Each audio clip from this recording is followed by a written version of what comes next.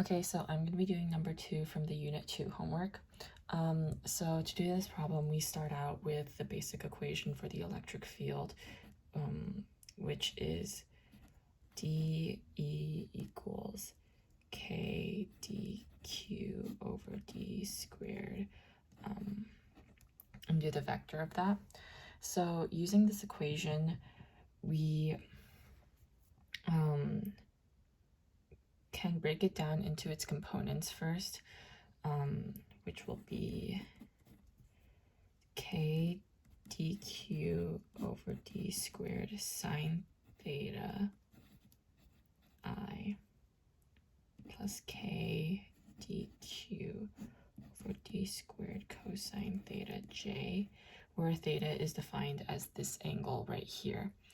And looking at the diagram, because the charges are all positive here and all negative on the bottom, we can infer that the electric field in the horizontal direction is going to cancel out.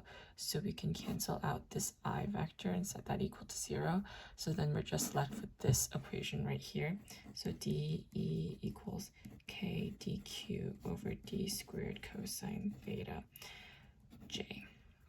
And next we would try to put dq in terms of ds or d theta, but note that the relationship between q and ds, which would normally be this, changes along the circle because we have a different charge in the upper half of the circle and a different charge in the bottom half of the circle. So actually on 0 less than equal to theta less than equal to pi over 2, q is going to be equal to negative lambda ds, and on pi over 2 to pi, q is going to equal positive lambda ds. And this is because the charges are positive here and negative here,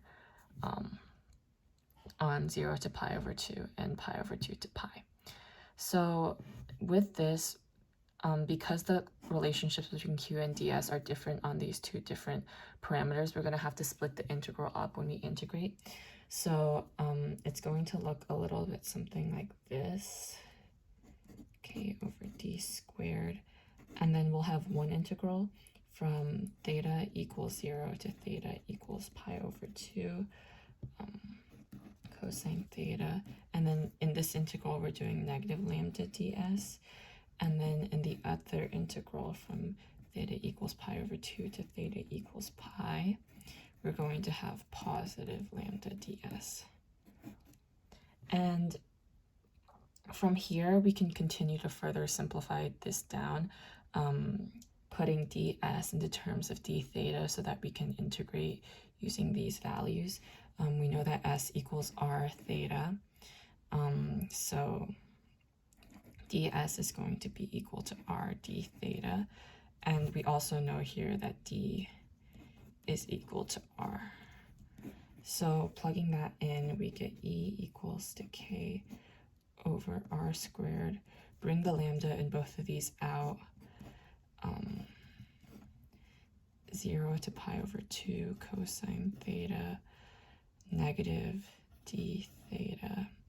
And we can just take the r in here and just bring it outside of the brackets and cancel out r squared to be r to the 1, plus pi over 2 to pi of positive cosine theta, this time d theta, and the r is brought out already over here. And then just simplifying this down, we get E equals to k lambda over r times negative, this is going to be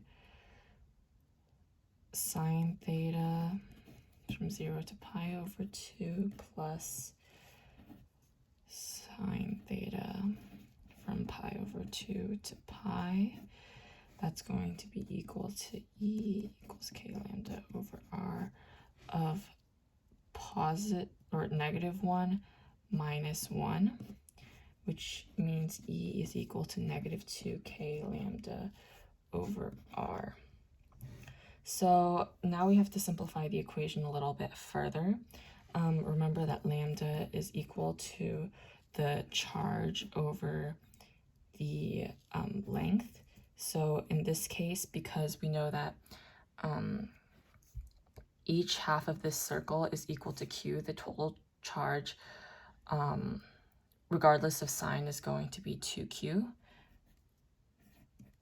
And then s is just going to be the arc length of this arc right here.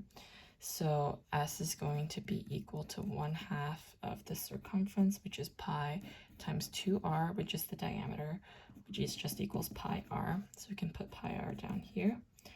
And that expression is equal to lambda.